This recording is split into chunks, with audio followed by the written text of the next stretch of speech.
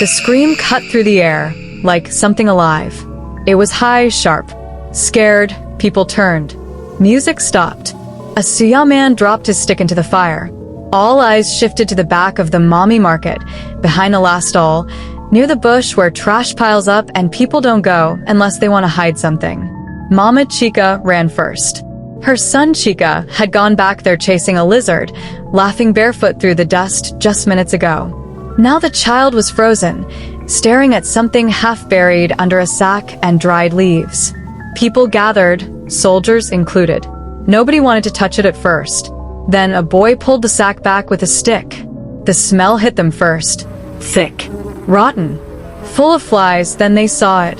A body swollen, covered in NYSC khaki. The face was barely there, like the skin had melted into itself. The boots were still on. The jacket was zipped halfway up. Something had been dumped here, something no one should ever see again. Someone gasped, bent down, and picked up a small white tag lying in the sand nearby. It must have fallen out of the jacket pocket. The voice reading it out was shaking. Ella N. And just like that, the market turned upside down. Someone screamed her name like it could bring her back. Another girl clutched her chest and whispered, "It's not possible." Someone else was already crying, repeating over and over. But she just disappeared. We thought she redeployed, we thought. Everyone remembered Ella, the pretty girl with the soft eyes. The one who danced on stage during talent night. The one who hadn't been seen in a week now. They all thought she left. Now she was here, dead. Dumped like a secret. Then Chica tugged at her mother's wrapper and said something that stopped everyone again. "Mummy, someone was there." When I screamed, he ran. And in that same moment, someone at the back of the crowd pointed toward the bushes and said in a low, shaking voice, "Wait." Something moved. The moment Chica said it, everyone turned toward the bush behind the fence. 3 soldiers ran in with torches and raised voices. One jumped over the shallow gutter. 2 camp officials followed, trying to act bold, but their feet dragged like fear had weight. They searched, flashlights cutting through leaves, hands moving sand, boots crushing old plastic bottles. They went deep, past the neem trees and behind the kitchen dump where snakes had been spotted last month, but they found nothing. No sign of anyone running, just silence and shadows that didn't explain anything. Mama Chica pulled Chica close and muttered prayers into his hair. Some Corps members stayed behind, staring like the bushes would speak. Others walked away quickly, heads down, hearts pounding, and then, the next morning, the lockdown came. The gates were sealed before sunrise. No entry, no exit, no phone calls to the outside. Soldiers posted at every hostel block, some holding guns like they actually wanted to use them until further notice. The camp commandant had said with a face that didn't move, "No one is leaving. We are investigating." Rumors didn't wait for permission. By breakfast, whispers were flying faster than mosquitoes. It was a cult thing. She knew something she wasn't supposed to know. Some guys in platoon 4 had been behaving strangely since week 1. No Jor. She ran away with that soldier boyfriend. He must have killed her when she wanted to go back to Lagos. Nobody knew the truth, but everybody talked like they did. During the candlelight procession that night, Collins stood near the front, hands folded, white shirt tucked in, face hard with sorrow. He even let 1 or 2 tears slide down his cheek. People watched him with sympathy. He had been close to Ella. Rumors said they were more than friends, maybe even lovers.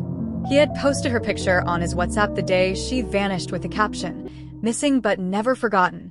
Now here he was, crying under the cold stars while everyone held candles and sang slow worship songs with broken voices. But Tracy was watching him. She wasn't crying. She wasn't singing. She just stood there holding her candle like it meant nothing.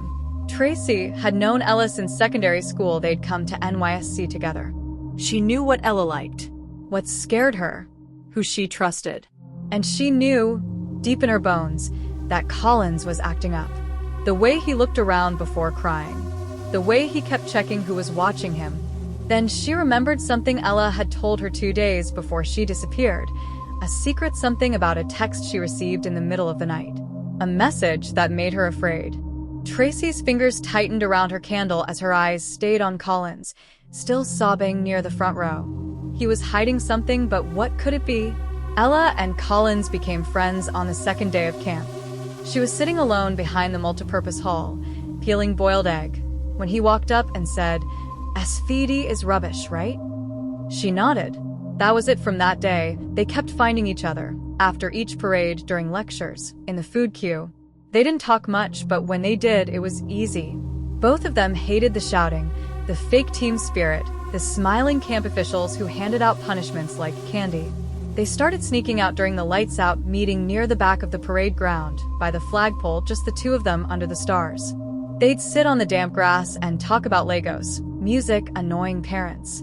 Some nights they just stayed silent, letting the wind fill the spaces between them. They weren't officially dating, but everyone could see something was there. He looked for her during morning drills. She saved a seat for him during lectures. They shared everything except the label. Then came the night it rained.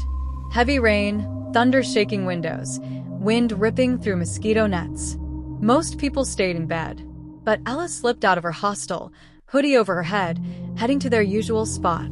When she got there, he wasn't there. She waited. 10 minutes. 15. But there was no sign of him. She thought maybe he got caught by soldiers, maybe he ran to the mommy market for shelter. So, she went looking for him. She found him behind the mommy market under the zinc shed, his pants halfway down. He was having sex with Miss Grace, the NYSC official. "Are you mad?" Ella's voice cut through the rain like a slap. She was shaking, wet, furious, disgusted. Collins jumped back, his shirt half-buttoned, lips still swollen from kissing Miss Grace. The woman was already pulling down her skirt, hiding behind him like Ella was the problem. "What the hell did I just see?" Ella shouted. "You? With her? You've been lying to me this whole time." "Ella, wait." Collins stepped forward. "Don't touch me," she snapped. "You used me. Lied to me. And you," she pointed at Miss Grace. "You're a disgrace to your uniform." The older woman hissed, "Watch your mouth, girl." "No," Ella said, stepping closer. "You both are sick. You think you'll get away with this? I'm reporting everything. First thing tomorrow." "Ella, don't do this," Collins said. His face was pale now, like all the blood had drained from it. "Please, let's just talk." "I'm done talking," she said, backing away. "You're finished, Collins. I swear." Then it happened fast. He grabbed her wrist, but as she pulled away, she slipped. No. He shoved. It wasn't hard, just enough to make her stumble. But her foot caught a stone and her head hit another, sharper one. And then everywhere went silent. She didn't move. Collins stared down at her in the mud, blood already mixing with the rain. His mouth was open, but no words came. Miss Grace covered her face and turned away, whispering, "Jesus," over and over. She's not breathing." He said. They stood there for seconds that felt like forever. Then Miss Grace said, voice low and cold, "We have to move her. Now." Shaking, Collins pulled off his spare khaki jacket, wrapped her body in it. Her arms flopped once, then went still. He lifted her, barely, and they dragged her through the rain, past the generator shack, behind the mommy market, into the bush where the fence line ended. Shallow earth, palm fronds on top. It was a hurried grave under the sound of thunder. His hands were shaking the whole time afterwards. They washed the blood off their hands and shoes with puddle water, wiped their faces, straightened their clothes, then they walked back into camp like nothing happened. But what they didn't know was that the story had just begun. Collins couldn't escape the nightmares. Every night, Ella's voice echoed in his mind, whispering his name, pleading for help. He tried to ignore it, but the fear was suffocating. By day, he avoided the mommy market, telling anyone who asked that he was fasting. The truth was, he couldn't bring himself to go near that spot. It haunted him. That night, strange things happened. Some corpers heard a voice in the air, faint but unmistakable. It was singing. A hymn. Ella's hymn. They followed the sound, drawn to the mommy market area. There, in the shadows, they saw a figure in white, standing motionless. When they called out, it vanished. The rumors spread quickly. Ella wasn't gone. And something was wrong. Ella's bunk was empty, just like the others had said, but nothing seemed wrong. Her mattress was still neatly arranged. the edges of her blanket tucked in. Her sandals were placed neatly at the foot of the bed. The only thing out of place was her phone, which was on the small shelf next to her cot. Screen cracked, but still there she wasn't missing in the way the camp had been told. She was gone. He even volunteered to speak on the camp OBS broadcast, his voice calm and steady, just like he had practiced. "We are asking for any information on the whereabouts of Ella and," he announced, looking straight into the camera. "If you have seen her or know anything, please report to camp officials immediately. Ella, if you're listening, please come home. We're worried about you." His voice didn't crack. It didn't shake. He sounded like he cared, but deep down, a cold smile spread across his face. John, the OBS tech, couldn't shake the feeling something wasn't right. He'd been going through footage, clearing space on the system for new content. The rainstorm from the night Ella vanished had been recorded, mostly glitchy and incomplete, but John was skilled enough to dig through the mess. That night had been chaotic, with soldiers on patrol, corpers seeking shelter. But there was something about that night's footage he couldn't ignore. The file from the night of the storm was corrupted. Parts of it were broken. Others were just black screens. But when John pulled up the remnants, his eyes narrowed. The footage was jumpy, hard to follow, but in the frame, just before it cut out, he could make out two figures dragging something heavy. The people were moving quickly, hunching low to the ground. The body was too limp, too still. John leaned closer to the screen, his fingers hesitating over the keyboard. The blurry figure was tall, broad-shouldered, and a sharp knock on the door cut through the silence. "Shit," John muttered under his breath. He jumped back, hitting the spacebar in panic. The video froze, the screen flickering before it shifted to a blank page.